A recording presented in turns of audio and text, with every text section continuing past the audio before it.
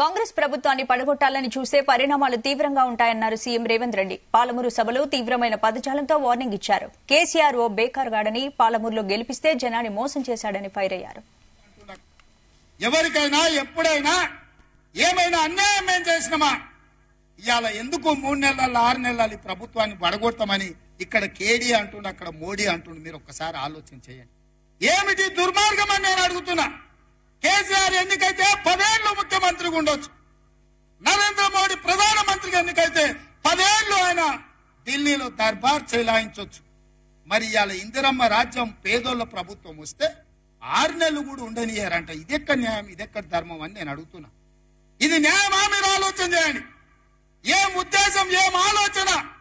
అక్కడ మోడీ అయినా ఇక్కడ కేడీ అయినా ప్రజల చేత ఎన్నికైన ప్రభుత్వం 40% ఓట్లతోని గెలిచిన ప్రభుత్వాన్ని పడగొట్టం అంటే ఇది ప్రజాస్వామ్యానికి, ఈ దేశానికి మంచిదా అని నేను అడుగుతున్నా.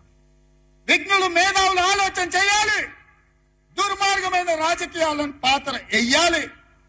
ఎందుకు పడగొట్టమంటుంది మా ప్రభుత్వాన్ని అంటే పార్టీ ఫిరాయింపులు, పార్టీలను చీల్చడం, ప్రభుత్వాలను పడగొట్టడమే మీ నీతి, మీ జాతి అని నేను అడుగుతున్నా.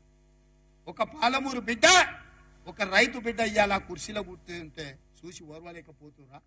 ఏం మా పాలమూరు బిడ్డలకు అర్హత లేదా? మేము చదువుకోలేదా? మాకు హక్కులు లేవా? మేము ఈ రాష్ట్రంలో ప్రజలం కాదా? 4 కోట్లలో మేము లేమా?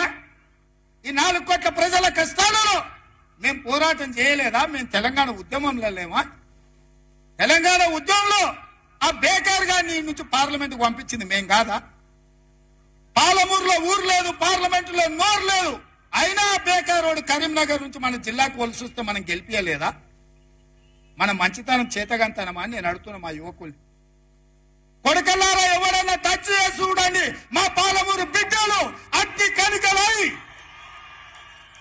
మానవ బాంబులై, నా కొడకల్లారా ఎవడన్నా మిగులుతే నేను చూస్తా అనుకుంటూరేమో, తమాషా చేస్తూరేమో.